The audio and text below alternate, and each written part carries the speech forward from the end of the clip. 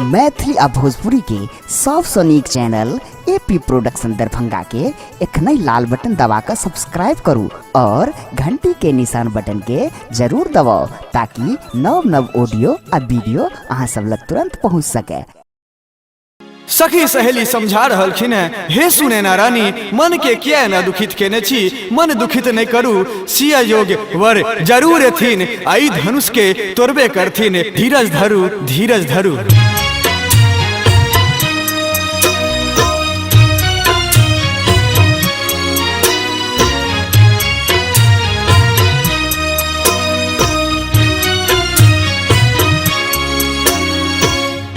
एखन अपने सब सुन रहल छी एपी प्रोडक्शन के प्रस्तुति।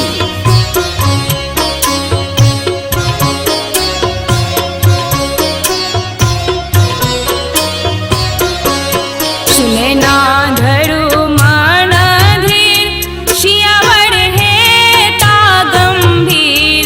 सुने ना धरू मन धीर, शियावर है ता गंभीर।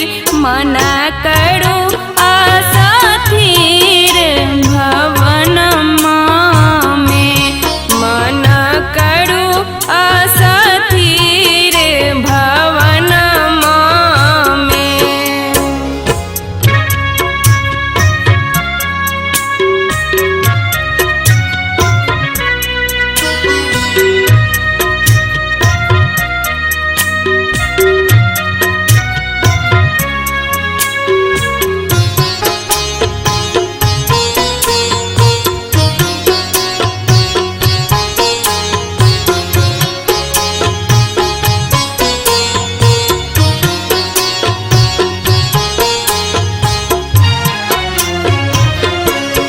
हम त कहै छी बुझाई, आहाँ जुनिया गुताई। हम त कहै छी बुझाई, आहाँ जुनिया गुताई। देव सुंदर बर लाई भवन में, देव सुंदर बर लाई भवन में।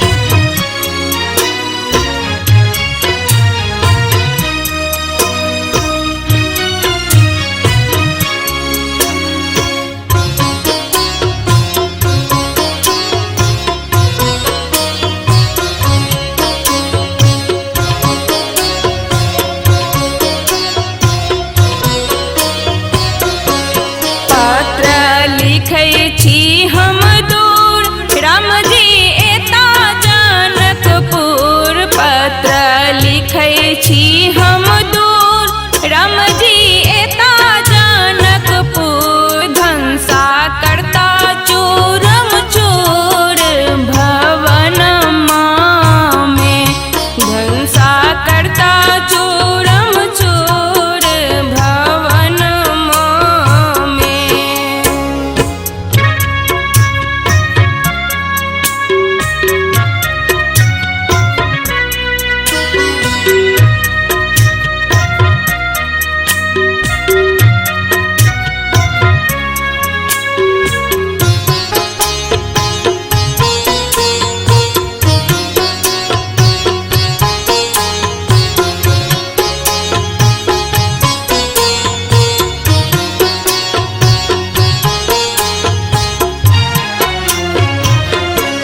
करू कोवर के तैयारी, धंसा तोड़ता त्रिपुरारी। करू कोवर के तैयारी, धंसा तोड़ता त्रिपुरारी।